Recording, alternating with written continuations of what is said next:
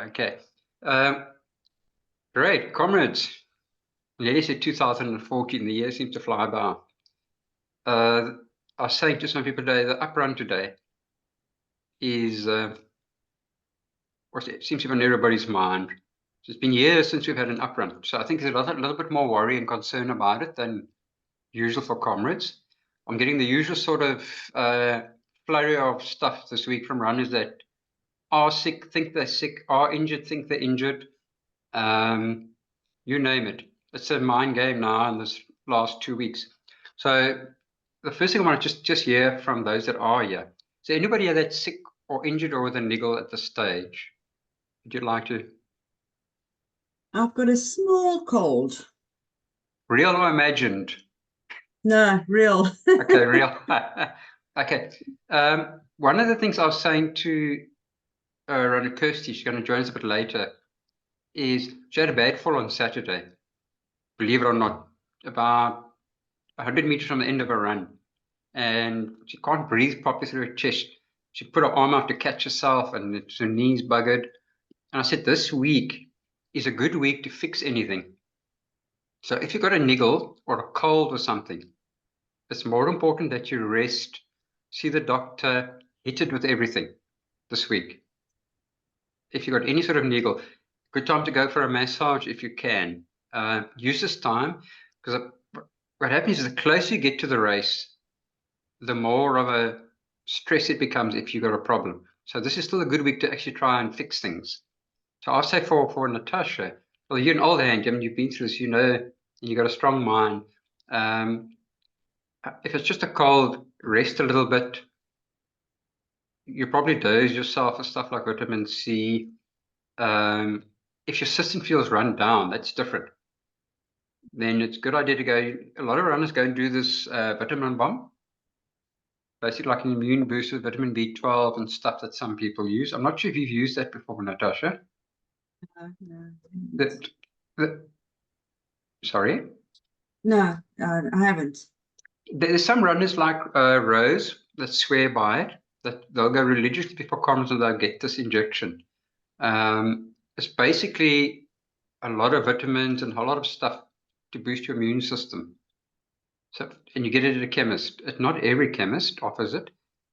They call it a vitamin bomb and different names. If you do it, then this is the week to do it. You don't want to do it just a few days before. You want to give it time to get into the system. Hang on, sorry, I want to let two more runners in. Come in. So if you do it, this is a good time to do it. All right. You can find out, it's actually worth doing maybe, getting something like that. I'll tell you a quick story. My first Comrades in 84, when I was 22. I was a youngster, very nervous down in Durban. And my training mate, Chris Ronick, he came third. And we were in the hotel room with other friends, running friends, doing whole styles, and he came sixth. He ran for the Vaal Club. I was at Nelspruit. And I'll never forget it. Night before the Comrades, Dion's wife made us stand in a queue in the hotel room with an injection, vitamin B12 shots in the bum for every runner. I don't know if it worked, but I did do a silver on my first Comrades. But yeah, so this week is actually a good week to try and sort any sort of niggle out. Talk to me. Let's rather focus on this week. If you need to rest, it's fine resting this week. It's not going to do any harm. Because then what you can do is tick over a little bit next week with the easy jog. The running that you're doing now is to stop you going mad, basically. That you don't freak out. Sorry, Rose is joining us. In fact, I want to ask her about that. Let's just get Rose on.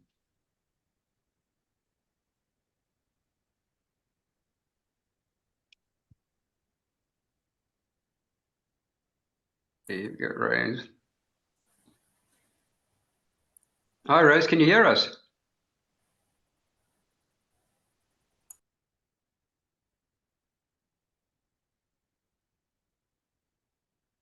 Just see. Doesn't look like. Can you hear us, Rose? No, maybe not with us yet. We'll come back and ask her. She actually knows about the vitamin bombs and so on. Is there anybody else with a niggle at this stage? Hi, Coach. Hi there, how are you doing? Klompo here. I'm great, thanks. Yeah, I've been struggling with a bit of, I think I told you, sniffles here and there. So I've opted not to run today. Mm. And I think I'll be able to run tomorrow, from tomorrow. Yeah. You're in the same position as Natasha, it sounds like to me. Yeah, Yes. pretty much. You know what's always tricky this time of the year is we're in that time of the changing seasons. And in the past, Comrades used to actually be May 31 now.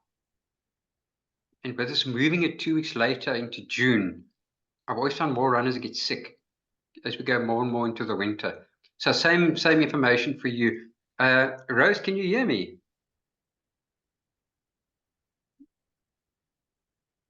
Doesn't look like she can. I don't know why not. I just want to ask her about it. Anybody else with niggles, injuries? Okay. This it's basically the thing just to remember.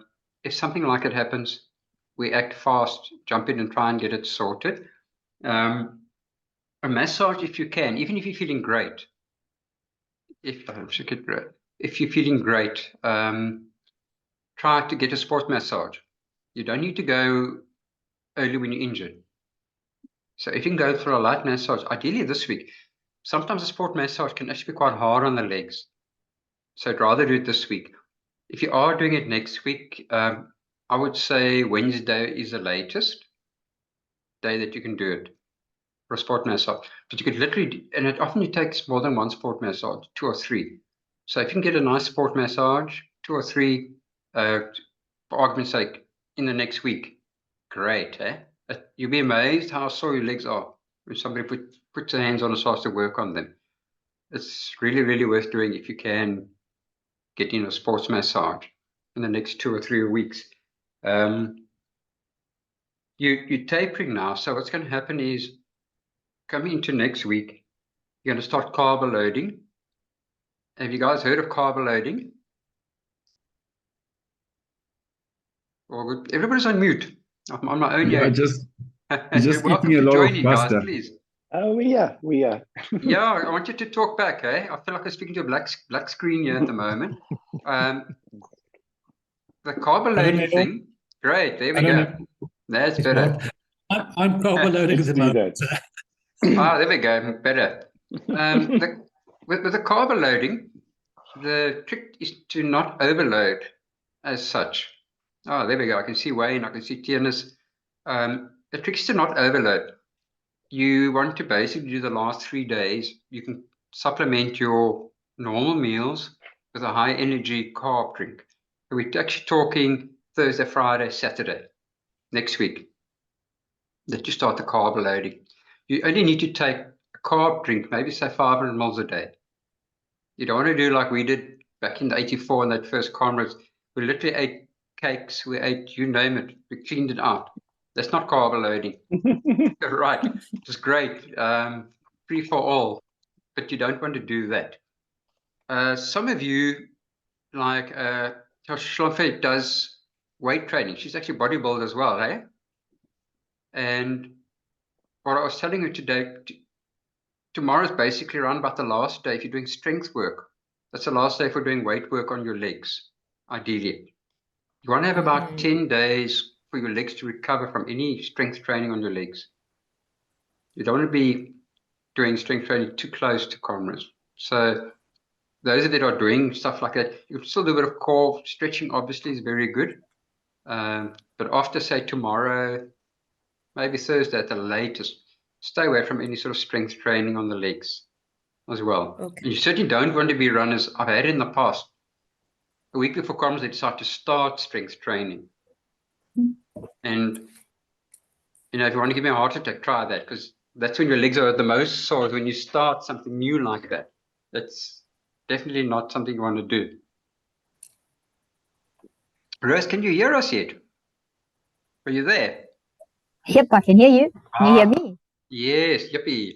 Listen, I was just talking a little earlier, but as you were joining about people getting sniffles and things, and I was trying to explain to Natasha and them about the vitamin bomb that you often use.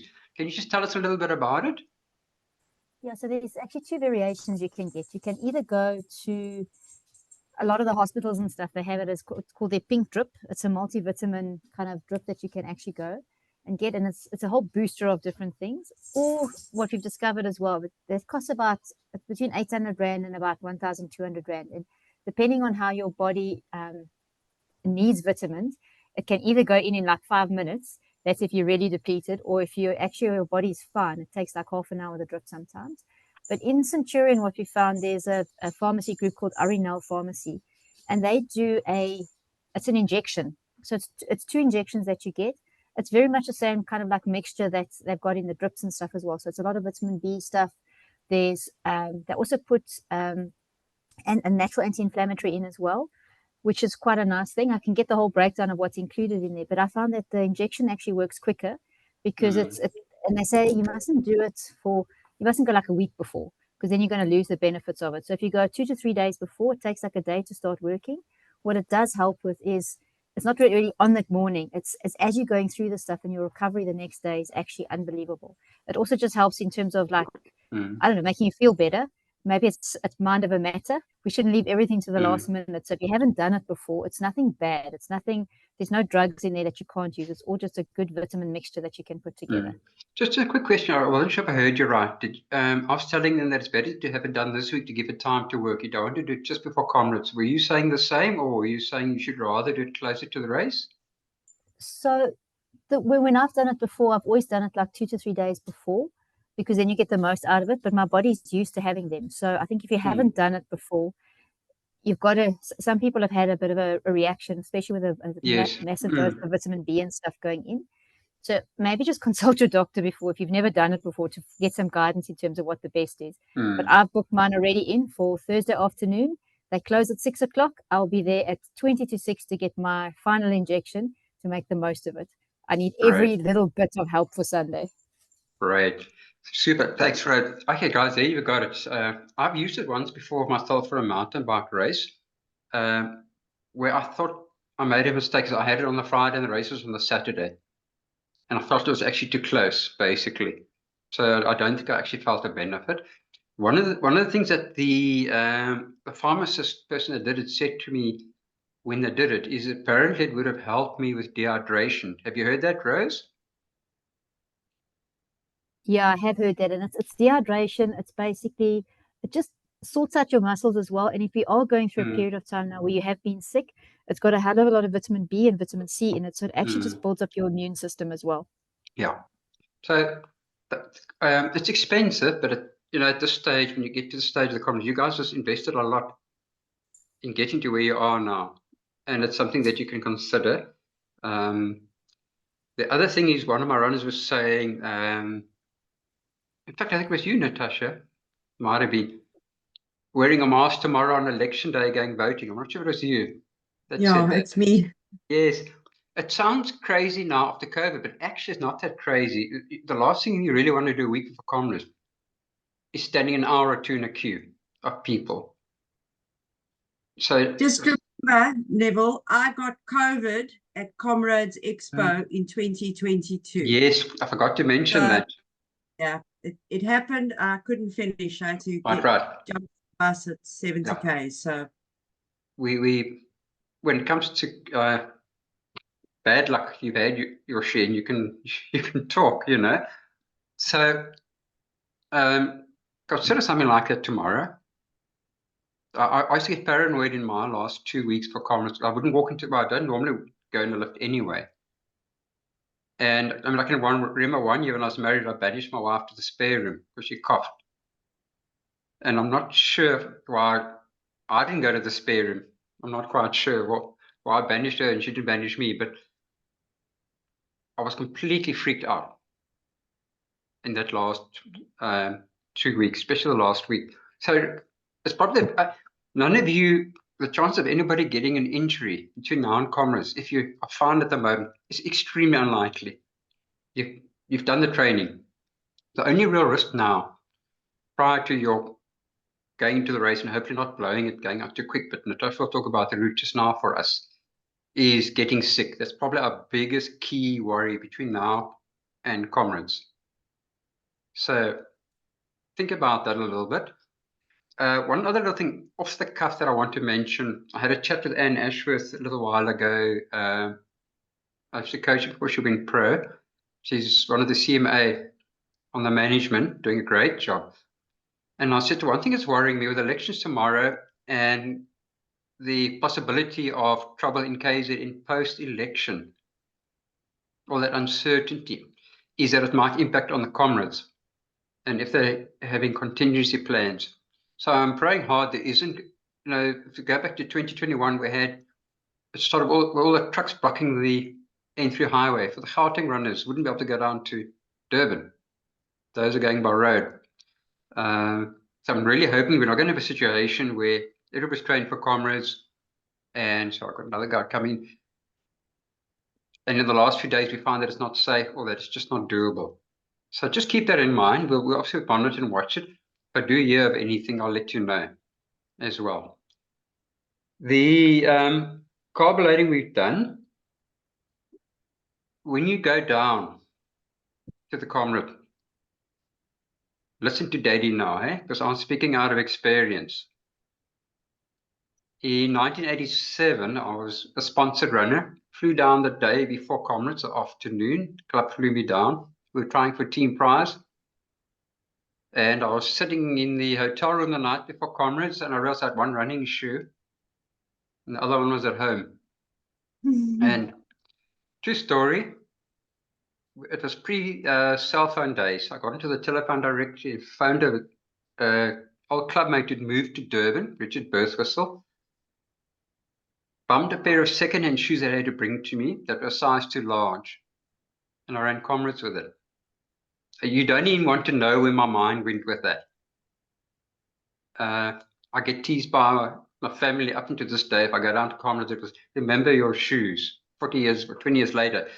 So if you're flying down, the golden rule is put your damn shoes on your feet. Know where they are for the flight.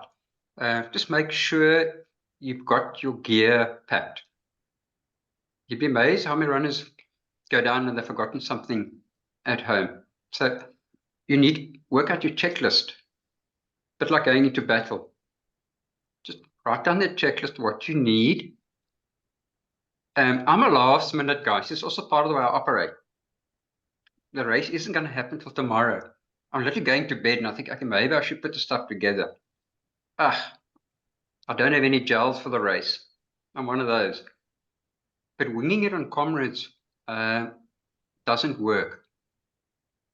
One of the reasons Bruce Fordyce ran so well, other than the fact that he was a gifted athlete, very genetically suited for it, is he was meticulous in his planning. He didn't leave anything to chance. So that's your approach.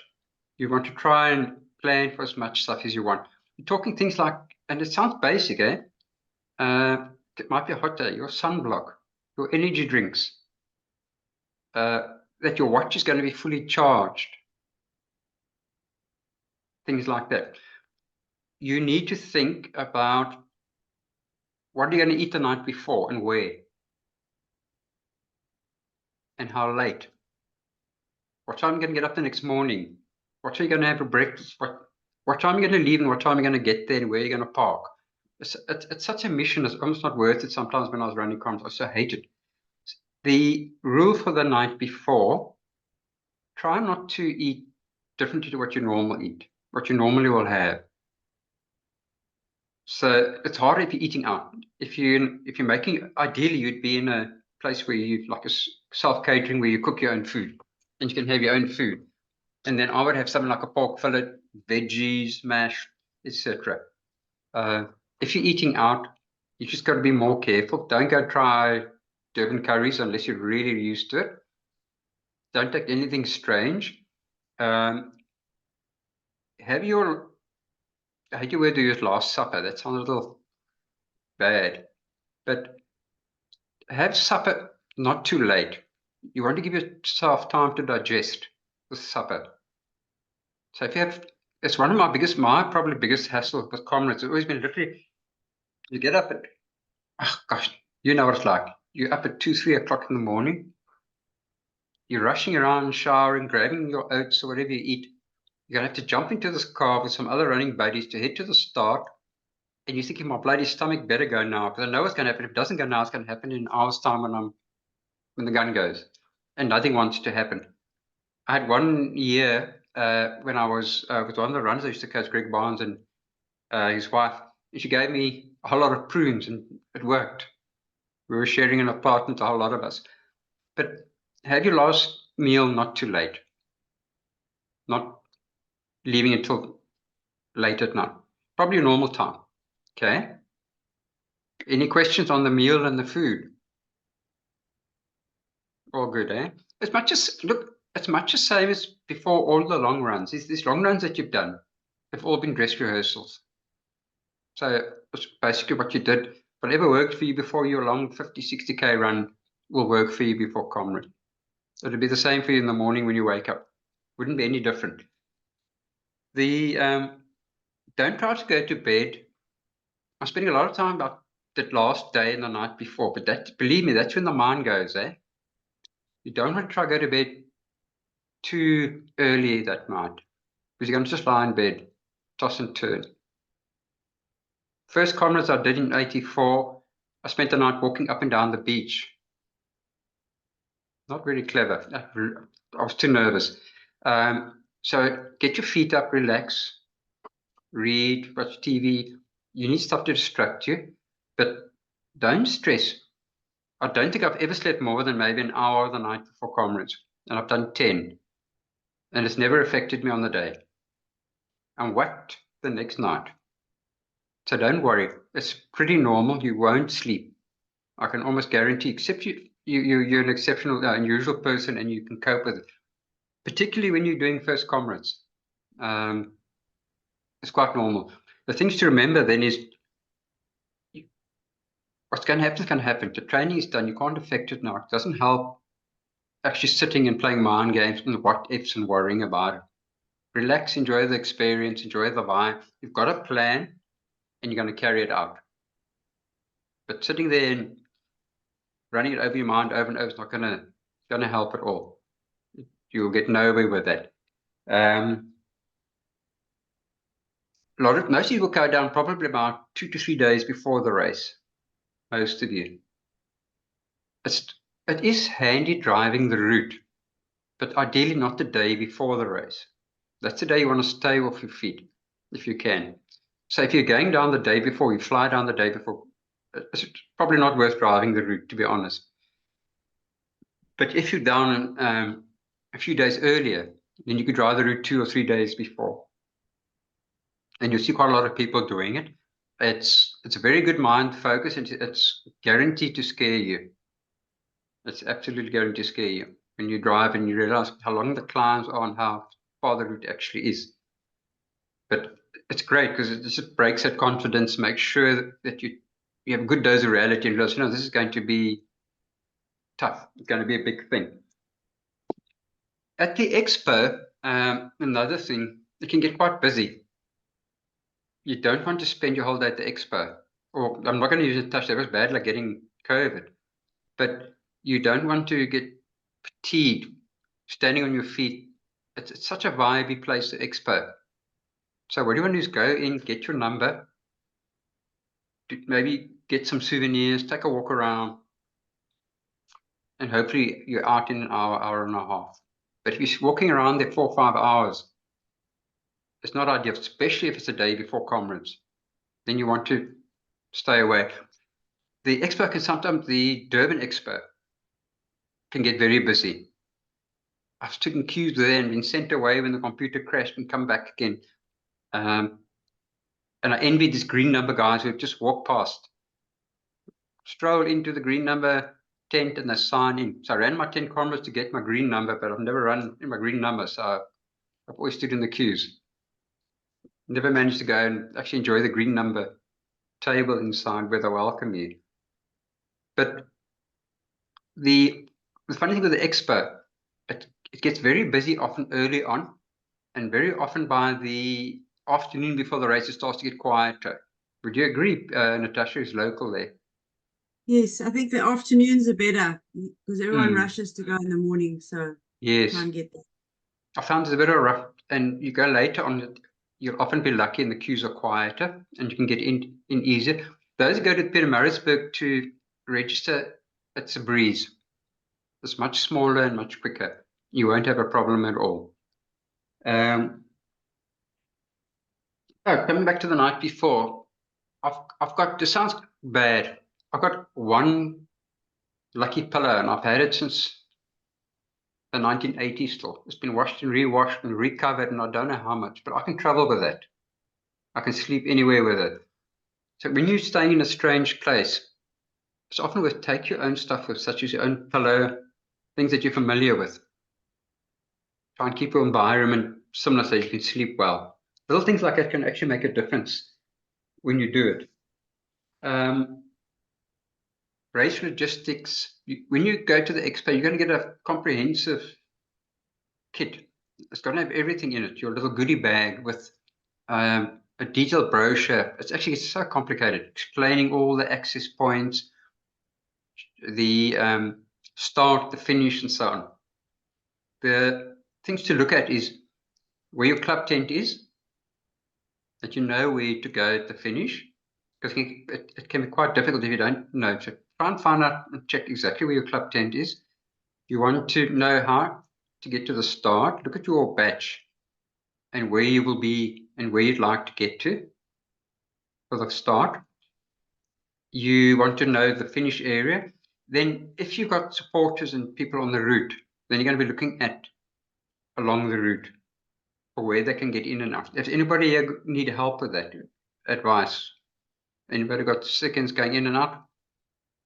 Neville, I'm going to talk about that because there's been some places where you used to be able to go to that are now non-negotiable. So I've put a list together for that as well. Okay, great. Super. That would be great.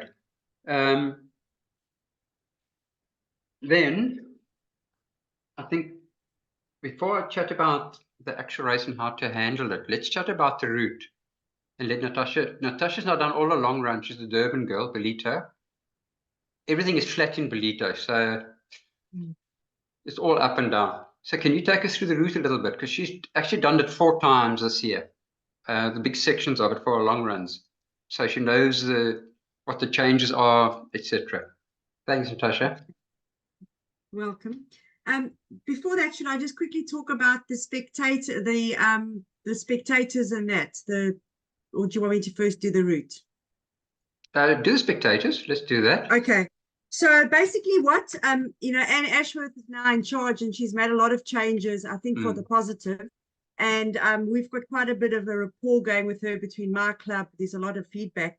They're expecting 100,000 people at the finish. 100,000. It's going to be crazy. The finish is not going to be, you're not going to run into the stadium or into the park and then around. You're going to come down the road and you're going to go straight like a Grand Prix finish with stands on either side like they do at Two Oceans. So it's no longer going to be a loop. You're just going to run straight into the stadium. And because of that, they've had to take away a lot of the parking on the field. So a lot of the parking has now been moved to schools and other areas. So you really, really have to read that pre-brochure that we get in our pack very well to understand where all your friends and family are going to park, because that's going to be quite crucial to how they lay out the whole field. And this is one of the big changes that she's brought in. So, but one of the biggest problems, guys, is the roadworks now, obviously, from Durban to Pietermaritzburg. And one of the reasons they had so many down comrades was because of the roadworks. They couldn't finish in Maritzburg, but they were the overseas people were really complaining because they said they keep coming back and when are we going to run up again? So they had to do something to get the numbers back up and to be able to satisfy everyone. So that's why they added the up comrades this year. But I cannot stress enough how bad the roadworks are. They are busy building what one day will be a parallel freeway at Umlaas Road to our Durban N3. So what that means is, because it's temporary and they've got these temporary roads while they're busy bulldozing everything, they've got these concrete barriers that are now lining the side of the road, which is hampering access to people that would perhaps have gone off at Umlaas Road and parked on those lovely little verges and all the grass along the road on the 103, or even at Lions Park or Lingfield's off-ramp. So all of those are gone because it's been now, they've got these concrete barriers in the middle of the road as well as the side. So I remember in previous years, they would sometimes bulldoze a field for us at Cato Ridge and Camperdown, but now they've actually put concrete barriers there. So the area where we used to park has now become a goat's farm. So if you are bringing spectators with you, the best place to actually meet your seconder is going to be at the bottom of Fields Hill. Is probably one of the easiest places they're going to get to. Possibly Hillcrest, but Hillcrest is totally oversubscribed because all the other areas are now closed. So the only way into Hillcrest is that if you're going on the actual the N3, and if you can double back and come up the backside of Hillcrest, you can perhaps find a parking there on the side of the freeway. But it's so congested that you can't get out of there. And so the only real place where your spectators can go safely is to park at halfway, and to try and find a parking at halfway just at the bottom of Ichanga there. Can I ask you a at question? Drummond. Can I ask you a question Yes. quickly, Tash? Yes. I think the halfway normally has a very early time that the vehicles can come in, and then you're stuck, then you can't get out again. Am I correct? That's I seem to No, remember. you know what? There's an off ramp that you go. You know, I don't know what the name is, but when you see the big Pep Stores warehouse that they looted and burnt down, that's the new off ramp. So if you go off there, you go towards the back of Drummond, and there's a like a little village there, and everyone sort of parks all the way down that road. You take your camping chairs and you walk to sort of just past halfway, you know, Drummond, sort of that sort of area. You can go and find a place there, but you are not going to be able to get to Cato Ridge or Camperdown easily because of these concrete, those temporary barriers that they've erected. So in previous years, you'd see people stopping on the freeway, but because of the concrete barriers, the lanes on the freeway are very narrow now. You can't, in some places, 2 cars per lane, you can't even go. So the other thing I want to say to you is that once they've seen you at halfway, they've got to get in their car and drive to the end, because it's going to be so congested. It's going to take you an hour longer. It's going to take you an hour and a half to get from halfway to the finish for a driver. I must tell you, just bear that in mind. I must just tell a quick story, and Natasha, on my last uprun. It was the last uprun that they had, and that started the roadworks in Pietermaritzburg side. And I was at Little Polly's, and then I walked to the bottom of Polly's. So I stood there until my last runner, Brenda, came through. We made the 12 hour. So, and then when the sweeper buses had gone through, so it was getting dark. Then I walked back to my car to head now back to Durban. So now I'm quite a few k's out of Pietermaritzburg. And thank goodness I was turning right to Durban, because the road to Pietermaritzburg, it was blocked so far back that Dee, my run in the UK, her husband had actually phoned me to say, please tell Dee when she comes through, you can't pick up at the end. She's going to have to wait and wait because he's stuck, basically. Yeah. And I drove back, I kid you not, I drove back past Cato Ridge Camperdown, and the queue was still backed up there, and it was dark. I don't think it'll be as bad now, but that was that a very bad access. It's going to be worse because it's a single lane, basically. That's what's happened there. So I agree completely here with Natasha. Normally what I tell the runners, I've seconded runners many years when I haven't run, up and down, and the up's always been my favorite. It's always been easy to second runners on the up, because on the second half and the down, it's very congested. You can't get in. So really hard, as Natasha said, getting to Hillcrest, all those places. On the up run, normally, you could get in a lot of places after the halfway mark. that you could, even at Umlas Road, just stop next to the road. You could shoot off at Cater Ridge, camper down, Umlas Road, Little Polly's, it was no problem. I think that whole ball game's changed now. Oh no, there's a lot I can tell you about that. Okay, so I can talk about the route now. Neville, are there any Please. first timers, or is everyone sort of like a seasoned? Listen, look, it's been so long since the people ran the up. Chat to them as the first timers. Okay. Okay. So what happened was, guys, I was very fortunate in that because I live in Durban and I'm so sick and tired of running around Belito that I decided to do every single route tester there was this year. So I did it 4 times. I didn't physically run the whole distance 4 times, but I did the Easter 100, which was actually the best thing I could have done because we started at the start line and I did the whole route over 3 days. And then obviously in subsequent races or runs, I went and did other sections of it. But our route testers, we basically started in Westville and ended in Camperdown. So I got in 4 of the big 5. But I'm very, very thankful that I did the Easter 100 because the first half of Comrades, the marathon, is known and is probably the hardest marathon in South Africa. And, you know, I think if I had gone in or if I go in doing it blind, I don't think I would ever recover from the stress. So I'm so happy that I did it, and I'm really going to share my thoughts with you. And you know, apologies if you've done it 100 times and you like a you know, double green or something. But what I found is that Durban isn't the Durban of old. So it's dirty and it's dark. Okay, and that's something you've got to remember. And I think years gone by, I don't know if we had the numbers. I mean, they're expecting almost 20,000 of us this year at the start, and they're going to be very, very strict with your seeding pens. I've heard this over and over again. If you get into the pen and you got the wrong seeding number on your thing, they're going to disqualify you because of what happened last year with people pushing the barriers and everyone rushing forward and people getting hurt. So from the moment the gun goes, obviously, you've got about like a K until you start climbing up toll gates. And what I noticed is that Tollgate Bridge, it opens up very wide, very quickly. So there's a lot of, you know, you don't have to worry about being pushed or, you know, these people, everyone's like tense. There's suddenly a lot of space because it becomes a very wide road. But the lighting is poor because like every 3rd street light works at the moment, okay?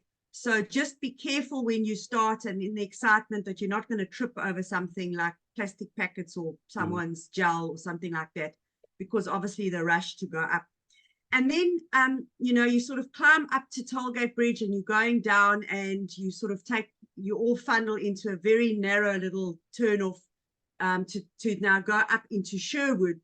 And nobody talks about Sherwood and the Sherwood turnoff and where you're actually now starting on the traditional Comrades route. But what I found is that it's actually quite a steep climb. And you know, if you're still so excited, you feel like you're a horse, you know, you just want to get going and everyone's rushing up this hill, but it goes on for quite some time. And here you have to be careful.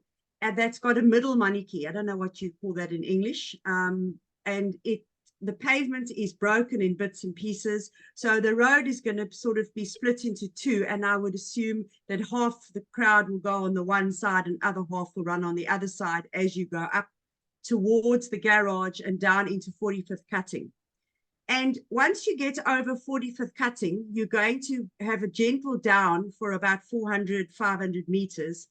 And then this is where the first real problem or issue is going to come of Comrades. And I can't stress enough because this happened to me. Please, you've got to be very careful. You're going to cross a bridge, okay? The bridge is in a state of derelict. So they're busy constructing it, all right? It is not 2 lanes, it is 1 lane. So now you're only going to be like 5Ks into the run, 6Ks into the run. Everyone is going to be pushing into 1 lane. Now, the problem is the bridge has no railings, okay, because they've broken them off. So Oh, know really? Comrades You're they're joking. going to no, they're going to be doing something. Comrades is going to be putting something there. But what I want to stress is on the side of the bridge is a pavement, okay? And the temptation will be there to get off the tar and onto the pavement because you're going to think, I can run and overtake somebody. But the pavement is made up of cement slats, some of which are broken. So you can see through the road. So, of course, I'm running in the dark. What do you think I did? I stood in one and my foot went into the cement and I sort of fell through. And some of them are loose and they, you know, like when you walk over a manhole, a cement manhole, and it does a wobble. So please don't, I'm only hoping that Comrades is going to, because they said they're going to put extra security or extra protection on the bridge. I only hope that they block us from running on that cement because, and you know, if it's an accident waiting to happen, so don't be tempted. Okay. Can I give you Rose's comment on the group now? She says this sounds like Comrade Survivor. It does, eh? Yeah, no. And then just after the bridge, okay, there's going to be this lovely grass bank on both sides, and you're going to think, this is my moment. I'm going to overtake all these guys that have now squashed me on the bridge. That grass bank has got a little trail that the pedestrians use to go to the shop, the Checkers or whatever's down the road. But it's got holes in it and it's undulating. And I almost, after falling on the bridge, swept my foot in one of those little, so don't run on the grass on the side of the road to overtake the people that are making the congestion. So what Comrades have told us is that they've given us the extra 15 minutes for this congestion because they reckon that's what it's going to do to us at the back. So sorry, when you talk, can I interrupt? When you talk about extra 15 minutes, are you talking about the fact that the route is a bit short or the cutoff's changing? No, the cutoff's changing. That extra 15 minutes was partly because of this bridge. So it wasn't because they were being nice to you. No, it's the bridge. Okay. So once you got through that, and now your stress levels are over because you've got up the long hill that no one told you about, and you've got all the palm trees in your way, and you've got no lights, and you're over the bridge, you're now starting to go into Westville.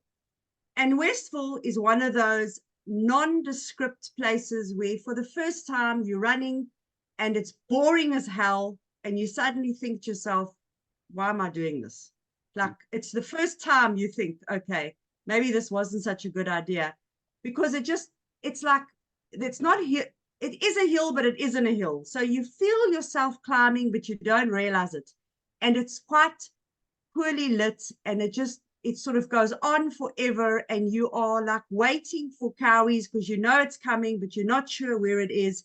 And you're kind of winding your way up through Westville, and you're slowly climbing all the way, and everyone's silent and it's dark, and you are still thinking, I don't know, maybe this wasn't a good idea. And then you're still wondering to yourself, where is Cowie's Hill? And the next thing you know, you're on it. Because Cowie's is a very long climb, but it's actually a very easy gradient. So it's not one of those hills that you think, oh my goodness, I can see the hill coming, it's waiting for me, here's the hill. You suddenly find yourself on the hill, and you suddenly see some people walking a little bit and then carrying on. It's gradual, it's undulating. And if someone hadn't told me, Natasha, you on Cowie's Hill, I wouldn't have known any different. So don't let it frighten you. Don't think to yourself, oh, yes, Cowie, it's coming now. You just kind of suddenly find yourself at the top of it, and you think, okay, I've ticked that. But I seem to remember from my upruns, that's where you had the big cameras. Is actually at the top when you suddenly run to this lights where they've lit the right for the cameras, for the TV cameras. I think it might be the same. So that's the place you want to be running. There's quite vibe at the top. You're talking about the darkness. It's going to be dark. Remember, it's still going to be dark because it's what they did is it's still dark, and then they had these huge floodlights for the cameras, the TV cameras at the top. I'm not sure if it was the same. So it was like you run through the darkness and you hit this lighted area at the top. and you go back into the dark, Yeah. which is Oh, quite let's hope. awesome. Mm.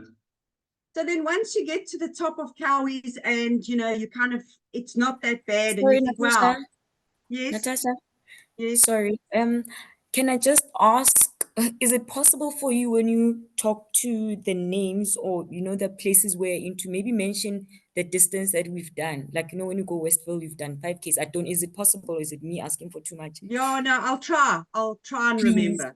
Thank you so much. Thanks. Okay, so I know Pinetown's at about 18, eh, Neville? Yes. I think I'm not that good on the distances. I'm more like a visual person. Okay. But I'll try. All right. So basically, once you're at the top of Cowies Hill and there's a little plaque there and there's a big tree and suddenly there's a very nice downhill. It's actually the first downhill that you're going to get on the run.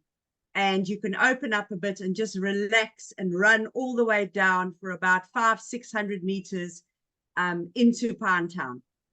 Now, Pinetown, on both the up and the down, must be the worst section of running on the whole of Comrades, for me personally. And it's one of those things. Why are you laughing, Wayne? I think it's because it's an industrial area. It's just, Eh? it's dirty, okay? Yeah, and now, once again, we have to remember they haven't fixed Pinetown since the last Comrades. So you've got broken pavements, everyone, a lot of them. You've got that, I don't know what they've tried to build in the middle, like a tram system or a bus system, or I don't know, subways. They've built something which is just there. It stinks, it's dirty, there's water, there's sewage, there are people milling about. And it's going to be just starting to get light, but Pinetown, everyone's going to speed up because they're going to think it's flat, but it's not. Okay, so what they say, you've got to hold back a little bit in Pinetown, because as soon as we've crossed through Pinetown, as you go around that corner, you're going to be hit by Fields Hill. So easy running through Pinetown. If it's about 3Ks, hey, Neville, if I remember correctly. You're talking about Fields of climb or? No, Pinetown. It's about You've probably got 2 3K, to 3 Ks. It's longer than you think before you actually and it's go into horrible. fields. It's absolutely horrible. If you can get through it, you know, that's a good start for you. As you go around the corner, you're going to be faced with Fields Hill. Now, I know everyone is different, right?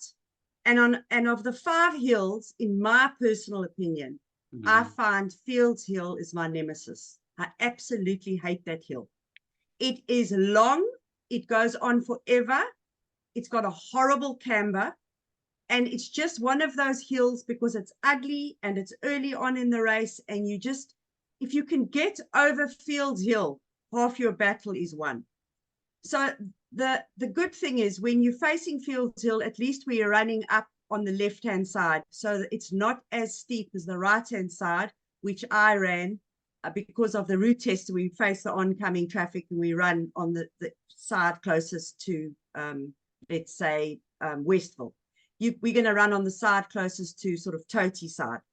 And as you go up, when you get halfway up Fields Hill, you think to yourself, Fields Hill is now over, but it's not. There's another part, because you know what Nelson Mandela said, after every hill, there's another. And that's all I keep telling myself running up there. So I think a good way to tackle Fields Hill is to do a run-walk strategy if you can. And once for those slow runners like myself, but you've got to save something in the tank, because there's a considerable amount of climbing after Fields Hill that starts to creep in all the way to Westville, to Hillcrest, that you don't notice. And Hillcrest is at about 36 kilometers when you get to that Winston Park garage, if I remember correctly. So that is some easy running through the suburbs. You're climbing all the way, but you're not feeling it. And in my personal opinion, when I saw that garage at Winston Park, the worst was over. Then the worst running is over. Trust me on that. So now when you get to Winston Park, that's a cutoff. And now you're running gradually through Hillcrest. You're climbing very slightly, but you're not noticing it because you've climbed so much up into this point.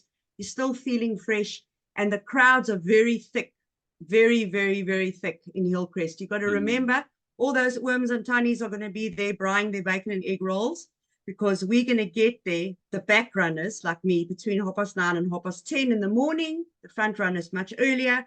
They're going to be having their breakfasts, and they're going to be lots of support. So even though you've just almost run a marathon, you're tired, the worst is behind you. And now you're going to do some nice running.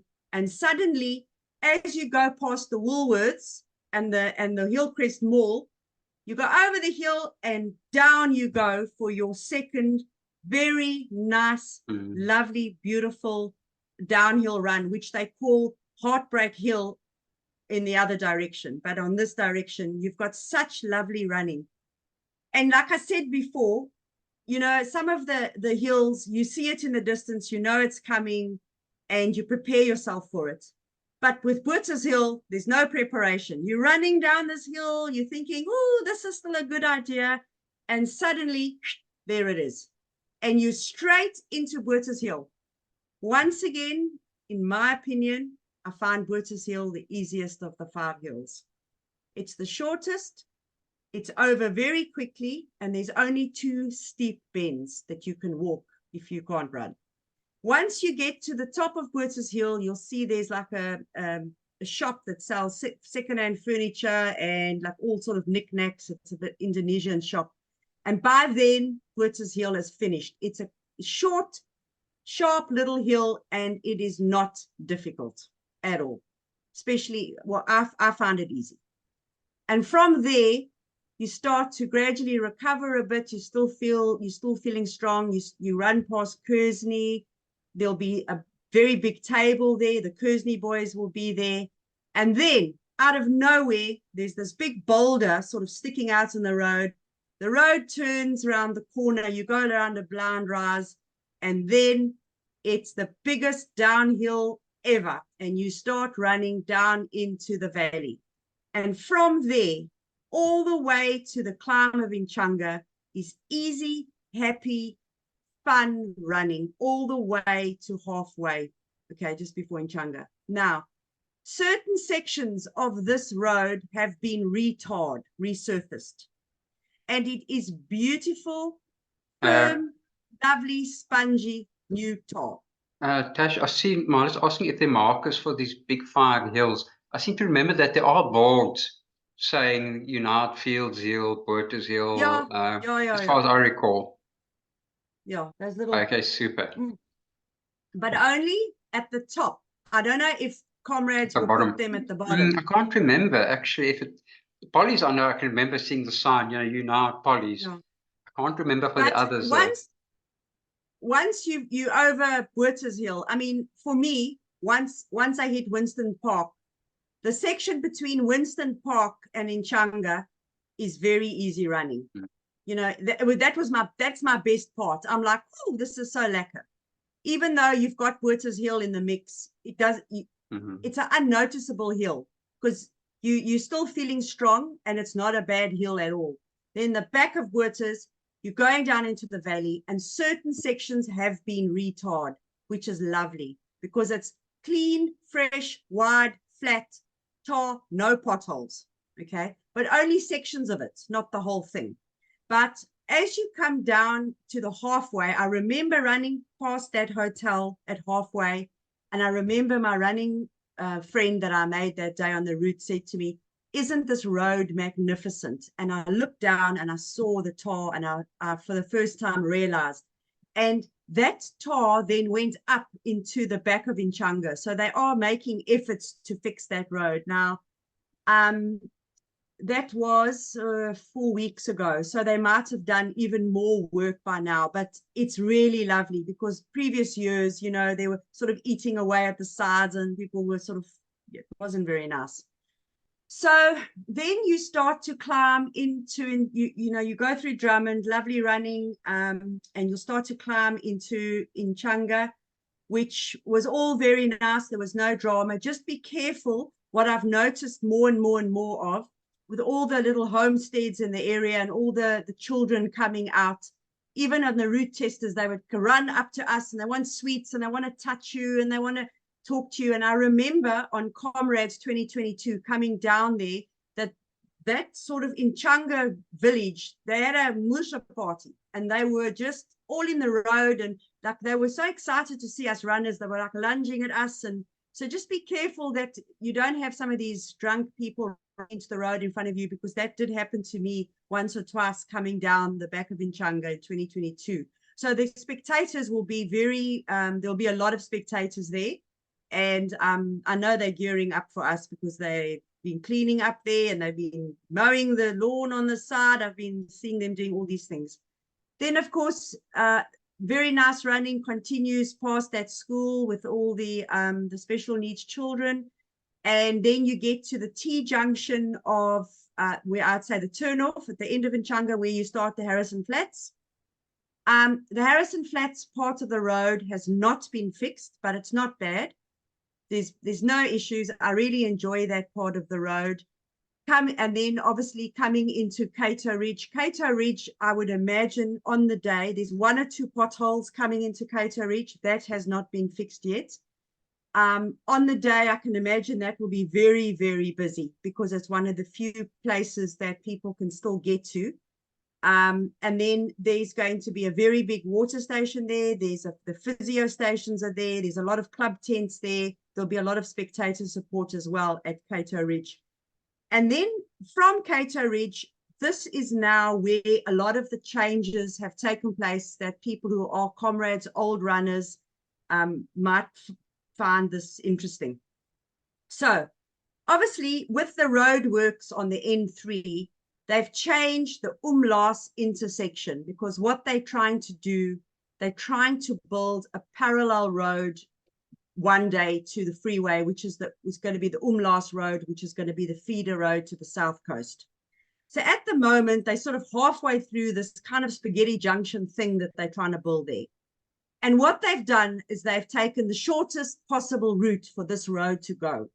So if you can remember in the old route, you'd have that lovely sort of curvy section of the Umlaas. It was sort of like a, I don't know, circle that you sort of ran and then you'd cross the road and then you'd run to Lions, Linkfield, Lions River, whatever that was called. They've just Lions cut those Park, off. yeah. Lions Park. They've just cut them off, and it's 2 straight roads like this now on either side. And at the moment, because no one knows what's going on there, these huge concrete barriers on both sides. So personally, I think in the future of Comrades might always only be a little bit shorter, because there's no ways they're ever going to be able to add those links in again. And the people that know have said that Comrades has lost its it lost 800 meters, and that's where they've lost the 800 meters, where they've cut it off at Umlaas. Okay, so now the new thing is all of this has now been retarred. Okay, so as you leave Camperdown, you go past the chicken farms, and suddenly you realize this looks a little different, because everything is it's beautifully tarred. And now you're going to you get to the highest points, but there's a lot of confusion there. And on the route tester, man, did we get lost. There were people that were running back to Durban. There were people that were running on the freeway. I mean, everyone was going everywhere. But obviously with Comrades, they've going to have lots of officials, and, you know, they'll have the route. And there is a section of the road that you are going to run. You're going to go onto the freeway and off the freeway, okay, on the N3. And you are going to be running on the right-hand side of the road, not the left-hand side of the road like we used to run. And the reason is because of they're still busy doing something on the left-hand side. So just for this year, we're going to be running, and we're going to be running on the incoming traffic direction, right? And on the right-hand side of the road, it is about 5 kilometers of gradual climb. So it's not a hill, but it's not flat. And the people that know, I was running with someone who's done Comrades 28 times. He told me that it's harder than the actual old route. So you've got to prepare yourself for this. And this will be at approximately 62 to 65 kilometers. you're going to be running this sort of new section that no one's run. And even when they originally plotted the Comrades route, that section was not in it. We were going to go on the left-hand side, but the roadwork people can't get their stuff together. So now they're putting us. Yes. Gimlas is your highest point of the route. I always remember that it's a really crappy point of the race for me on the up run.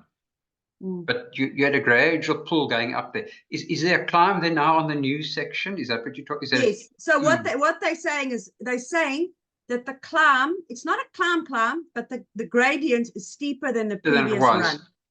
So there's a little video that Anne Ashworth's husband has put out. I think I might have shared it on the group. I don't know. I can go and look if I have or haven't. Where he takes you through it, and you actually see how you go onto this road and how, and in his own words, he said it is tougher than the original route. Okay. So and now you're looking at about 62 kilometer to 65 kilometer for this to start. Once you get to the top of Umlaas Road, obviously, and this is now all over, then you've got very, very nice running all the way down to Polly Shorts, because that road closer to Polly Shorts has been completely resurfaced and retarred. So you run, I think it's with 18 Ks to go, and then you get to the bottom of Little Polly's where they've now started to, so what they've done is they've widened the road considerably, and they've like ironed out all the little bumps. So it's like a runway, but it's going up. So I don't know, you know, I've not run up that road before in a race, so I wouldn't know how the people of old remember it. But there are no potholes, there are no bumps, there are no, it's smooth, it's wide, it's thick tar, it's spongy, it's quick. You feel like running quickly on it, although I know you can't run. So once you get to Polly Shorts, the people that know say that if you're running up Little Polly's and you're thinking, oh, this is Polly Shorts, it's great. It's because it's not Polly Shorts, it's Little Polly Shorts. And then just after Little Polly Shorts, you're going to run down, and they say you should save your legs on that downhill section for what's coming next. And how do you know what's coming next? So my marker is, there is a massive thatch house. There's a white, you'll see it, and you'll remember this on the day, and you'll remember me saying this. On your left-hand side, right where Polly Short starts, is a massive white house with a thatch roof. And that is the bottom of Polly Shorts. And so from there, you can then plan the rest of your race. But the road is wide, and the walk or run will not be, I would suppose, that bad, because it's actually very pleasant to go up there now. So yeah, when you see that house, then you know you're on Polly Shorts, because it's not marked. Although what Anne did say and what I did see was every kilometer of the race was marked as I ran closer towards Comrades. So I think I did ask her, and she said they were going to mark the entire route, every kilometer in the road, not, you know, obviously boards, but in the road. And it would be ascending. So from kilometer 1 to kilometer 80, not from kilometer 80 to kilometer 1. And then at the top, obviously, of Polly Shorts. Sorry, can I stop you there, Tasha? I just want to stand up and if I understood you correctly. Because the marker boards always the other way around. Yeah. So are they saying that on the road that will be the opposite, will be the normal way, that you can see both? So from what I understood is because when I was running, we were running up, it was going down. So, you know, it was the other way around from the marker boards. But, you know, that's how I understood it. And I asked her if every kilometer would be marked, and she said yes. Okay, I was just wondering if they do it. It'd be quite nice if they had it the opposite, that you could, you know, the normal mine says this is 21 Ks, 22. It's and then use that, but no, not a big issue. What I liked was that it was, you know, a nice size, and you could see it, because the previous Comrades, I don't remember seeing them in the road, you know, when you're looking down and you're seeing the numbers. Once you get to the top of Polly's, you know, people say it's downhill all the way, but there are 2 little bumps And one of them is just at the bottom of the dip. Before you start climbing out, you have to walk. I mean, it's a tiny little hill with no name after Polly Shorts. What the people that know have told me is that I know that the final entry into Maritzburg from Polly's has changed as well. It's not the old route, it's a different route. It's a route they used once before, I think they said in 2000 or something. And because of us not going around the field, us going straight in. So basically we're running into, or the section within Maritzburg is also slightly different from last year's section or from the previous sections. And also it is easier. That's all I know, that the last section is much easier than the previous upruns entry into Maritzburg. So as in summary, for me, of the 5 hills, I found Fields Hill the worst. I found Botha's Hill the best. I didn't mind in Changa because by that stage, I just walked the whole thing, walk, run. Because in Changa isn't one big hill. It's a series of hills. So basically, you've got opportunity to run and walk the whole thing. It's not just all the way up. There are sections where you can catch your breath and sort of do a bit of running. And that really helped to break Nchanga up into those chunks. And then I didn't find Polly Shorts all that bad, but then I didn't run the whole race before I did it. I'd only done 40 Ks on that day when I went up in Polly Shorts, but it was manageable. And yeah, those are my top tips. It was not easy, is what I will say. Thanks so much. You're going to be my go-to girl every year for this route description, which means you're going to have to do the down run next year and run it beforehand. I have to, because I'm missing 20 Ks on that down Yes, run. I must just add what Tosh did say to me after she ran it. She said something like, fuck, it's just uphill forever and ever type of thing on a comment on a WhatsApp. I think she's calmed down now, but after she ran it, she said, yup, it's a lot of climbing. It's a very brutal route on the first stop. I just want to say one more thing. And when I did my club run, and I know that everything you read, and Neville will also tell you, I know that people was going to go out, the gun goes, you're just going to race because you've just got all this adrenaline. Try and take your first half slow. Try and take it slower, because I promise you, you need something left in the tank. And the first half is very, very, very hard. And when I did my route tester, when we started, I was right at the back. I was like running, I'm not even going to lie to you, 8:15 per kilometer. I was like thinking, I'm giving up. By the time we got to the top of Mchanga, I was in the 6:30 batch. I'd overtaken 2 batches at my club because they were finished. So just start slowly, relax, get into it. And then once you get to once you get to that garage in at Hillcrest, the Winston Park cutoff, then you can start opening up, because then it's easy running. Great. Thanks so much. It's actually helped me too, because I want to explain how to run the route. So now you've got a very, very excellent description. So I'm going to keep my side a little bit shorter, because a lot of it would then be repeating what Tasha's told you. The section, I'm just going to break it in quick sections, that how I would run the Comrades, my ideal type of run, is your run to Pinetown, which is basically, Tash was saying much the same. So I see that as your warm-up. You're in the dark, you're coming out of your batch, you've been standing in the batch, you're not warmed up yet. It's very hard to judge pace in the dark. You mustn't be stressing about your time. Your biggest risk in that dark is that you're going to go too fast, basically.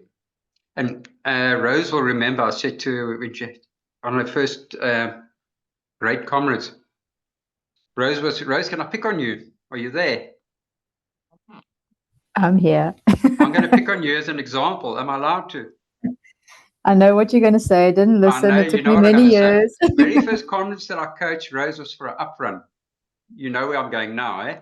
And Yeah, she knows exactly. You and Joan. And I was at Pine Town, watch the runners. She came flying through with Joan, way too quick. And I think I crept over poor Rose so much at the bottom of Fields Hill already. I said, what are you doing? I could see she's working hard, not enjoying it. Rose didn't have a great Comrades. She later came back and smashed the Comrades. And when I got Rose to buy into the idea, and I said, your first 30 Ks of the Comrades will determine what your last 60 Ks are going to be like. Basically, your first 30 Ks will determine the rest of the race. You really need to have discipline. So the race came back and smashed them in the rounds and had great runs. But that first run that she ran with me, she'll admit, she went out and overcooked it on the up run. You're in the dark, you've got the batches. What you must do, a very nice trick that I use is look at the batches around you. If you, depending on the lighting now, it seems to change since when I last ran it with the street lights, but if you're say you're a D seeding and you're running, you should not be passing C or B. In fact, if you're D seeding, you should have E, F's flying past you because they're all going too quick, ideally. So you should actually just look at them. If they are flying past you, I can almost guarantee you, much like Natasha had now, which you caught the clubmates later, you'll be passing them later on. I was to be A seeding, then B seeding, and eventually C seeding over the years. And I was to be shocked when I was A seeding and I see CDs flying past, and I'm running a 6.5 Comrades. But of course, you see them all walking later on Fields Hill anyway. So how you run to the bottom of Fields Hill is your warm-up. Don't worry about losing time. It's not relevant. It's very hard to judge your pace. But I often used to do at the start is I tend to stand with a little energy drink in my hand, just to avoid the congestion of the water points in those first kilometers, because the first water point can be very congested. And listening to Tash now, it actually sounds like it might be worse with these barriers and things. So it's quite handy to carry your own little water bottle. You don't actually need anything for the first hour. Just carry your own little drink, and you should be fine for that first section.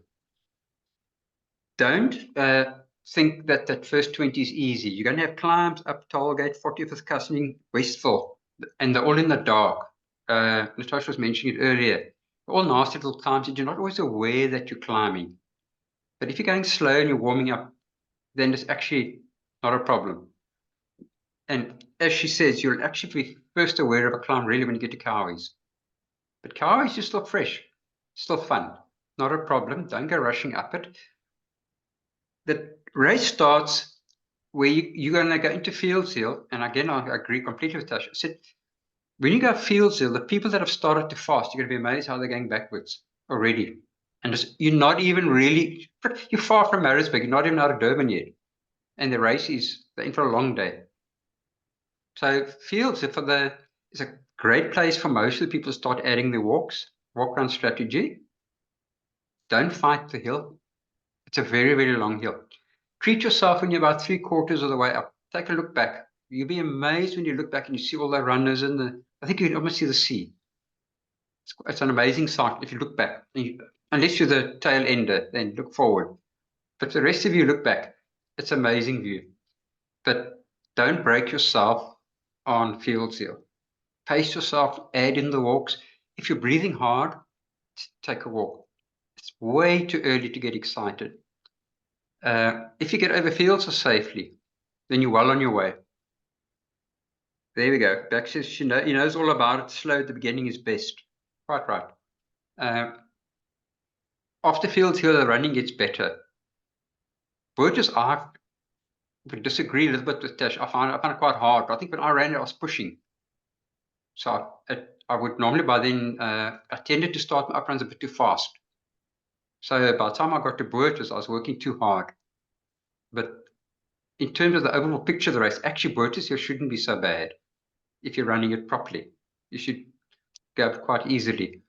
So by the time you get to Burgess here, you've settled down. the big excitement is over. You can have a look on your watch and see where you are. Are you a bit behind, a bit ahead? You'll almost have an idea by then already if you're having a good day or not. Are you feeling nice? Any issues? Great crowd support. The big section that Tash pointed out, from going down Berties all the way to Drummond, that is such a nice section. It's also one of the most dangerous sections on the route. It's it's almost 7 Ks, as I remember it, in total, of brilliant running. But there is a danger that you push too hard and crash your legs on that. So what you need to do is let the handbrake off. You make up a bit of time, but don't overdo it. Because when you get to Drummond, anybody who's overdone it is going to get what you call in Afrikaans a snot klap. Smack where the snot goes flying when you hit in Changa. Because in Changa is where the wheels come off. It's the worst climb. I'm talking again people that are racing as compared to doing it on a training run like Tash was doing. If you've been racing and you're running on time, in Changa is where you're going to see who's gone out and blown the race. It's like a battlefield. People are walking. I've done my vomiting in Changa. It's where the race, you're either going to have a good Comrades or a bad. And what I've always said to runners on the up, if you can get over in Changa in one piece and you're feeling okay, you're going to have a great Comrades. You've got 4 of the 5 climbs are done, eh? Polish shorts, I'll tell you, explain later, doesn't count as a climb. If you can get over in Changa, you've got the nicest part of the route ahead of you all the way to Polly's, where you can do the best running. So don't worry about being behind time and stressing until you get to the top of Nchanga because of that price profile. Because after Nchanga, you go through Byatt Store, Harrison Flats, and it's actually great running. If you've got the legs, you can go well. Cater Ridge Camperdown, there's amazing crowd support. I'm not sure how it'll be with the access now, but normally it's incredible vibe. The stretch after that gain towards Umlaas was always to me hard. And it sounds like it's actually going to have a bad section now. So you are going, 2 things. You're hitting near, as Natasha said, you're hitting near the 65K mark. Now, the rule with the Comrades, I hate to say this, none of you have trained to run Comrades, to run 86 Ks. You've trained to get up to about 65. And then you're going to be hanging on. Okay? Dearness, wipe that smile off your face. I mean it. But I'm serious. Unless you did the mileage that I did when I was younger, my fastest Comrades were all non-stop, but I was doing 180 to 200 Ks a week. You haven't done that. I did 3,000 Ks from January to Comrades. You haven't done that. Some of you done a third of that. You haven't trained to run the entire distance. So from 60, 65, where Comrades starts. That's where Comrades starts. Hello, as my daughter would say to me. That's where you get that. It's not fun anymore. So you want to try and get to the 60, 65K, which is around Umlaas Road, still in one piece. Because from there to the end is the hardest mentally, and you're tired.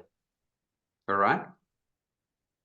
The strategy to get to there, the best one that I believe in is your run-walk strategy, as Natasha was saying, for most of the runners. Okay? You really will benefit by actually throwing in walks earlier, not waiting. What I used to do when I did my last run to Bull Round, and I used to run as far as I could, basically, till I feel like I need a walk, which would normally be about 60, 65. And then the walks get more frequent and longer, basically.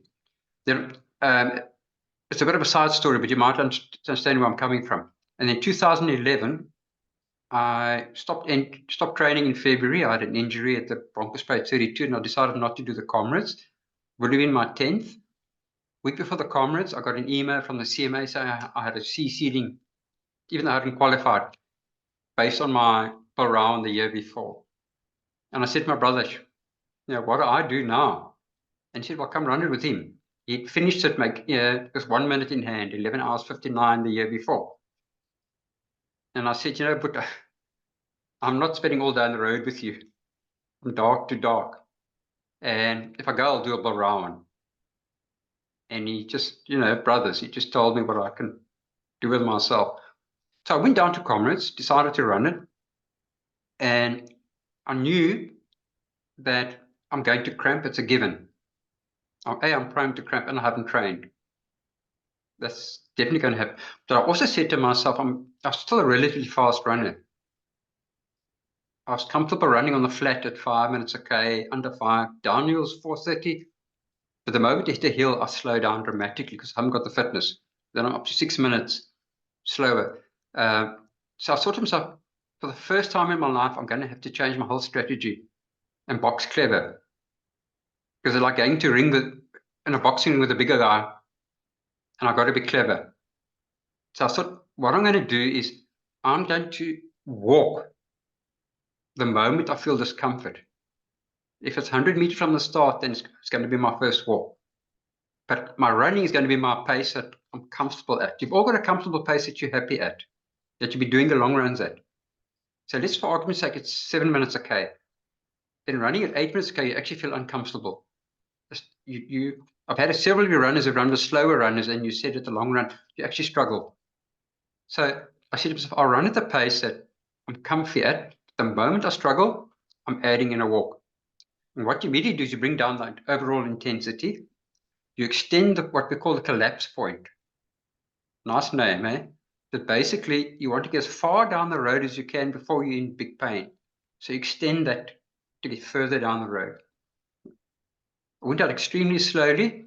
With one of my runners, Penny Fisser, was doing her 20th Comrades, a Grandmaster lady.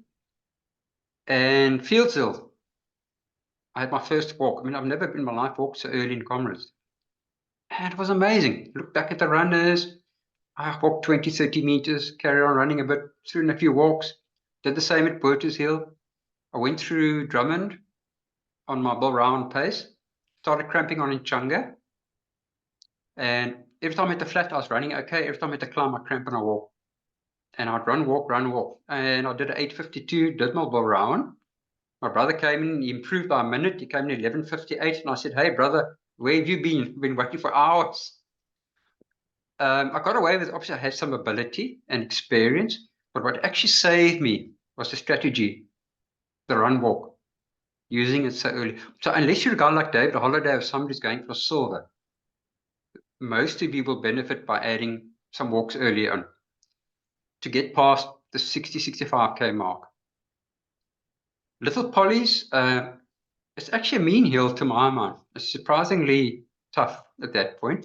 The problem for me, from around Umlaas Road, I think I was saying it to Natasha or somebody, is there's very little spectators compared to on the down run. So on the down run, you got a big crowd support all the way from Hillcrest, Pinetown, when you need them. On the up run, it's very, very quiet. It's felt, you got the water points, and you the sole person struggling sometimes on the road. When you get to Polly's is not an issue. I've run it once on one of my fast up runs, non-stop runs. All the other runs I've had to run walk. 99% of people are going to walk it. So you don't even have to stress, because by the time you get to Polly's, ideally you've got time in hand, and you're going to just walk and add some jogs if you can. Just note though, when you get near the top, try and run. There's a big camera normally there. Normally the TV camera's at the top. That's a good place to look good. From there to the end, it's not there's nothing I can tell you to help you, except how much do you want it? How much do you want it? You need to be sure of why you're running the Comrades. You need to have a reason. Often it's bigger than yourself. If you're just saying, I'm going to tick it off my list, that's maybe not going to crack it when you're at 65 Ks. You got to have a reason that's emotional, that's really, really big. Because Greg Barnes that I coached, he ran a 610 Comrades, he used to joke with me. On the up run, he started vomiting at Umlaas Road. And he wanted sympathy. And he's a tough dude. And when I said to him, Greg, how much do you want this? go. And he ran his PB, did a 6:24. But literally at that point, I said, look, how much do you want it? Do you want to do this or not? So be very clear in your mind, because you are going to get bad patches in the race. It's guaranteed. You're going to have good patches, bad patches. Accept them, have a strategy to deal with them. One more, we're ready at 8 o'clock. One more quick story before I tell how to give an idea why you need a plan A, plan B, and a plan C. And I'll be chatting to you guys before Comrades about it individually. Is you need to have a backup. Plan A is your perfect race. Things go great. Plan B is a race you're happy with. So. Plan C is to finish. And if you've got those three, you're going to make it. In 1991, I ran the Comrades. I had a great build up to the long-term marathon where I was third on an ultra 56K. Then I had ITB until 2 weeks before Comrades. Don't ask me why. The week before Comrades, I did a 60K training run, just under 4 hours, which is 4 minutes a K. Went into Comrades, aiming for a sub 6 hour. No adjustment in my head, as you can see. It was a down run. My legs were so sore. Went through the 40K, 60K mark, 3 hours 58, just under 4 minutes a K in the top 30. Came into Fields Hill. I was sore. I thought, let me just sit on the barrier next to the road. Just a minute. And I sat down. It was the worst thing I could do. Because the moment I sat on the barrier, I felt I wasn't part of the race. The sun was on my shoulders and I smelled the briar and people were running past. I sat with my arms folded like a spectator. And then I had the bad luck that the bailiff's bus stopped at that moment when I was psychologically at my worst and said, do you want to get in? I don't think the words were finished and I was already in the bus. And off I went to the finish. Now you must know, I could have walked run to the finish in 6.5 and still smashed my PB. I could have smashed my PB. If I just, instead of sitting, if I just walked, I would have got running again. I would have walked and run. So it's been, as a good lesson, it's been a big regret, that calmness, but it was also a very good lesson for me. I had no plan B. It was make or break. So don't have that happen to you. I've had many runners when they aiming for a PB and they just off it. And they say they're not going to do it and they give up completely. And at the end, they're angry with themselves because I lost 45 minutes when they could have only lost 20 minutes. So you'll have a plan A, plan B, and a plan C. The other thing I want to chat about, and we could chat individually about those of you that cramp. We're expecting a warm day. I like to use electrolytes. So most of you probably use all those things in your long run. If somebody not certain, they can ask me. I would normally take something like a electrolyte tablet once an hour and carry them light. Some people like to carry the powder and mix it, but it's very, very good. There is what electrolytes does, it helps you absorb the water better. And one of the biggest issues with Comrades is basically nausea, with people drinking water. Either they take in a lot and it's sloshing around the stomach and you're not absorbing it because you don't have electrolytes. So you're dehydrating maybe and you're getting nauseous from all the water. And the Comrades is a particular problem with that because there's so many water points. You never do a run where you have a water point virtually every 2 kilometers. And what happens is the slower runners tend to overuse these water points. So by the time you get to 60K, 70, when you need to be taking in stuff, you just can't face it. You don't want to look at an energy drink. You don't want to drink water or anything when you actually need it. The electrolytes help with that as well, that you take those in. Painkillers. I don't use painkillers when I run Comrades. Okay, a lot of runners do. It's I tried it once because I had this knee injury with my cartilage, and I found the microdot helped for about an hour, and it was great. The problem is there's a big risk to your kidneys as well. You got to, so is it really worth it? Even more so if it's a hot day. You have a lot of runners that end up on the drip at the end on a hot day. So my feeling normally is stay away from stuff like that. What you rather should be looking at is stuff for managing cramps. That's more important. There's a product some of you may have heard of called Cramp Knot. It's a very expensive gel, very, very effective. It's got some BCA in it. It tastes vile. You can normally get it at discounts. It's a different, it's a different technology. Basically, it's American technology. You take it in your mouth and you swirl it and you keep it in your mouth for a while. You absorb it. You don't just swallow it like a normal gel. It's also got the carbs and stuff. But what it does is it breaks the signal, the cramp signal. And I found it amazingly effective, called Cramp Knot. The other thing that often works for people, you may have heard of people talking about Rennie's tablets, antacid. Also seems to work. On cycling, I used to carry some Rennie's with me in case I cramp. Now, let's say you cramp.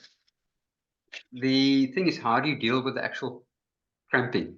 You normally feel it starts to, me, I can feel it coming a while before it happens. You start to get a little tingle in the legs, and you know trouble is coming. Rose says Gaviscon tastes terrible but helps. Thanks, Rose. That's exactly the same thing as an antacid. I hadn't thought of that. Sorry, let me just, before I carry on with how to cope with the cramp, my reasoning is why the antacids help is when we train hard, we get acidic. So some of the top world-class runners would have a very alkaline diet to cope with that. And when you get acidic, what happens? You get sore muscles, etc. So there is some theory to it. It's well worth trying. Gaviscon might be a great, convenient sachet type of thing to carry, but it could definitely help and make a difference. So what I did, for instance, on that up run, I mean, the amount of cramps I had was probably every, I don't know, 400 meters, is when I feel it about to cramp, I just start a walk. Try to, before the cramp hits, before it locks up. And you don't come to a standstill. I'll just start walking to stay relaxed. With me, it would happen when there's a change in terrain. So if I'm on the flat and I hit a slight climb, it triggers it. And I watch it, and I go into it even extra slow, just start walking till I'm okay, start jogging slow, little step. Okay, I'm running again. Cramp coming in, walk a little bit. But once the cramp hits, that's a big problem if you're locked up. Because when you bend down to try and do something, you often trigger other cramps. Then it's very, very hard. Your best bet then is to try and stretch it. You can try and, I've actually used my palm to massage it a little bit, try and stretch it. That's the time when you can stop at a help point and ask the medics to help you. They can massage it. Icing can help either way, things like that. Okay. But cramps are cramps and nausea are probably the two big things that everybody worries about in Comrades that you want to try and avoid. So carry those things like the antacids, perhaps try the Cramp Knot. See how the weather is and listen to your body with the heat. A lot of people drink too much on the Comrades, and I once warned the runners, and what happened? They had that dreaded Berg wind the one year. And I was watching this and thinking, oh my gosh, I hope nobody listened to what I said. Because if ever they had to drink more, it was today. So depending on the weather conditions, you must make up your own mind and listen to your body and know what you must take. But think about it. When you're running the first 20 Ks, it's cold and it's dark. You don't have to take in as much as you will be later. And if you're taking too much too early, you're going to be bloated later. But if you take in nothing early, you're going to be playing catch up. So the best is to follow the same routine that you did on all your long runs. Nothing's different. It's a club run. You're doing a social, you're going to be chatting. You're just going to be out there a bit longer and miss lunch. But you will be in time for supper. Okay. Great. Are there any questions before we wrap up? I've sent out an Excel sheet this morning. It was done by a guy from Irene Dirk, a whiz kid, who worked out this calculator. It's actually very good because it takes into account the profile of the route. Put in your time that you think you'll lose at the start, and you can get an idea of your average pace. But you will get, you'll have to buy them at the Comrades Expo, pace bands. And what some runners will do, they'll actually buy 2 bands, your plan A and plan B.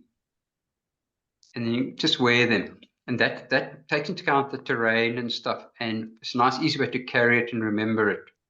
So you can have a look at that when you're at the expo. And then for the last week and a half, I'll be obviously chatting to you guys as we go individually and so on. Are there any questions from anybody? Hi, Coach. I've got one question. You spoke about carbo loading. Some people talk about loading up on electrolytes for like 3 days before. Is that something we should be doing as well? Drinking a whole lot of electrolytes 3 days before the race? It's a good question, Boozy. So normally when you're taking carbs, your body's also retaining extra water. So you're going to be putting on weight. I know you don't want to hear this, but you're going to be putting on weight when you carb load. But a lot of the weight that you're putting on is actually extra water. Okay. Which is actually very good for you, because now it means you are better hydrated. So I wouldn't worry too much about electrolytes. But if you look at the top Tour de France cyclists, I was reading the book by the Sky's medical doctor, who looked after the cyclists at the Tour de France, and that he was a big believer in the runners starting hydrated, very well hydrated. So what I normally suggest is in the morning, when you have your breakfast, have a rehydrate in the morning already. Make sure you're well hydrated and ready to take electrolyte then. Okay. That you started. They also normally suggest that the day before you hydrate well. And then I think it'd be no harm in taking a bit of electrolyte, but not something like an electrolyte tablet every hour the day before. You'd be taking way too much sodium. You'd just be overdoing it. But if you take, say, 1 rehydrate each day, it probably wouldn't be harmful. Okay. All right. Okay. So what will happen is your body is very clever at balancing this. You're basically going to urinate a lot, but you want to be well hydrated when you go in. There are 2 things that can happen. As maybe coming on to this, actually a very good point, just quickly mention. Your biggest cause of death on marathons and ultras. If anybody wants to guess, it's hyponatremia, too much water, swelling of the brain. Okay, biggest cause of death. And other than obviously taking too much water, what happens with the hyponatremia, why it kills you basically is they are not taking electrolytes, or they're taking too much fluid. So eventually you've got such low sodium levels that you're now getting a swelling of the brain. So everything works in a balance. If you're taking a lot of water and you don't have the sodium, it's going to be risky. But opposite, if you go the opposite and you're not taking water, but you're taking a lot of sodium, you're also going to be at risk. So we mustn't go overboard with either. That's why I say listen to your body. Use your long runs as your guide, and do what you did on the long runs, because that worked. Because every one of you is a bit individual. It depends on your sweat rate, for instance. I sweat a lot now that I'm older. It's one of the funny things. As you get older, your sweat rate is more, believe it or not, compared to when I was young, which means I need a lot more sodium than when I was young, a lot more electrolytes as well. So just use what worked for you on the long run. Does that answer your question, Boozy? Yes, it does. Thank you. Super. Any Neville, other can I questions? add something? Last year we had a really good friend that he mixed basically some of the nutritional drinks. So he wasn't used to taking Morton, and he started drinking some Morton during the run because everyone says it's good and all that type of stuff. And he got to a point at about 70 where he just wasn't absorbing any more liquid. So it didn't matter what he actually put in. He finished the race. He looked horrendous at the end. We rushed him in for a drip and all that type of stuff. And there is quite a bit of research that's been done with regard to some of those energy drinks, specifically Morton. If you drink that, you cannot take anything else. You only have to stick with that specific one. Where 32 GI and that type of stuff and some of the other components, you can still, you're not at risk if you do mix the drinks, if you pick up something else and you drink it. But Morton, there's been a couple of people now that they've found that if you start on that, sometimes your tummy just doesn't allow you to take anything else in. And what happens is you just actually don't absorb anything. And he was really sick for a period of time. And they've brought it down to that was the reason for him being so ill. So just be careful with Morton. If you are on it, stick only with that. And if you haven't used it before, don't use it on race day. Sorry, but I understand you right. Was this person only using the energy drink? Yeah, it was only using the energy drink. Okay, so again, when I talk about using your energy drinks and stuff, you should still be taking in water at some of the water points. Otherwise, the fluid that you're taking becomes actually basically too concentrated. So Neville, he was kind of mixing the two, but it was just that Morton as a product doesn't mix well with anything else. So if you haven't used it, don't go and decide to use it on race day or pick it up from somebody. Just be careful of that specific one. I think it comes down to saying, use what you're happy with. We don't want to change products at this stage at all. What worked for you in the long run is what we must stay with. Did that help, Boozy? I'm not sure if I understood you completely correctly.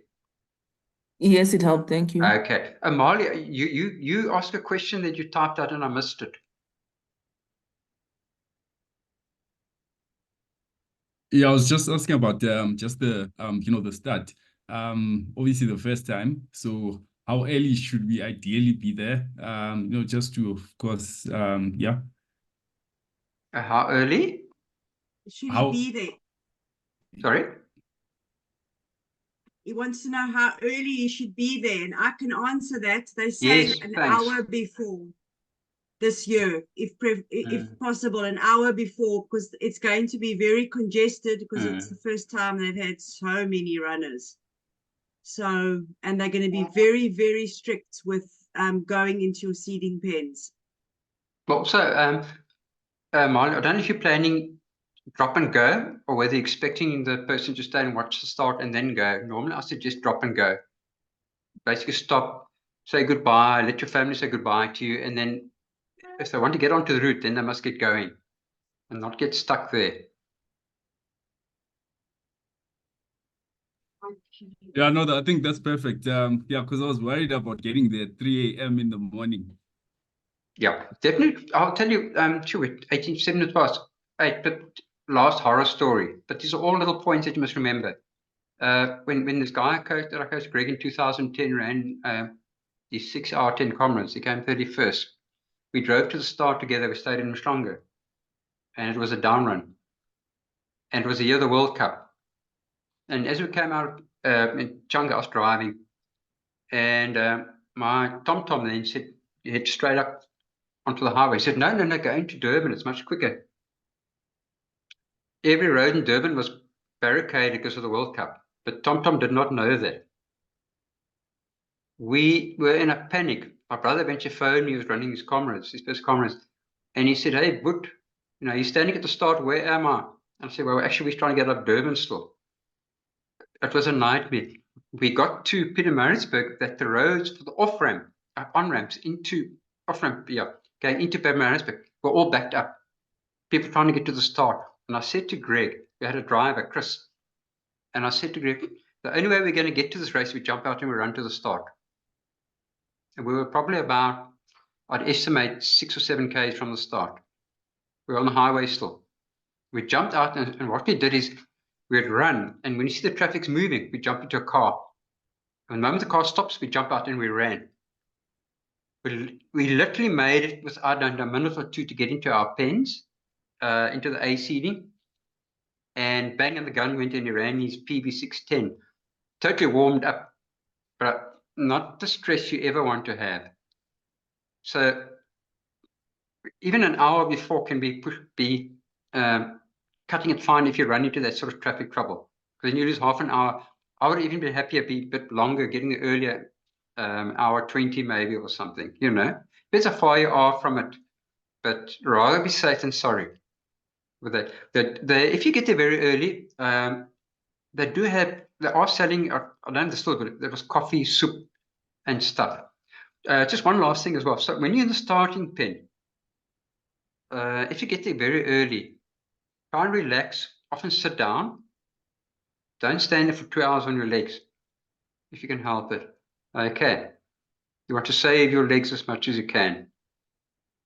Great. Any other questions? So the easy bits to come. The hard work is done. You ready to do the Comrades? Wayne, are you still awake? Not worried at all. Good man. That's what I like to see. Sorry, You know what Coach, I always say? But actually, it sounds trite, but this is true. What I say to runners, you deserve a medal for getting to the start. The hard work was getting to the start. The months of training, juggling work and family, tired, getting up early in the mornings, sacrificing your weekends. That was the hard part. There's nobody, when you saw you, there weren't always crowds of applauding when you're out there in the dark on your own. So the Comrades is your reward. You should get a medal for just being there. So enjoy it. The day is yours. Enjoy the spectators. They think you're the hero. A lot of them will look at you and say, I'm coming back tomorrow to do what these people are doing. So enjoy the vibe. Let them carry you. It's going to be an amazing experience. Any problems you have or questions in the last sort of 10 days, you know where to call me. We can chat anytime. Great. Thanks, guys. It's been fun. Tash, thanks so much for your description. That was, I haven't run it since 2010. And when you're chatting, there's sections of it that I've forgotten.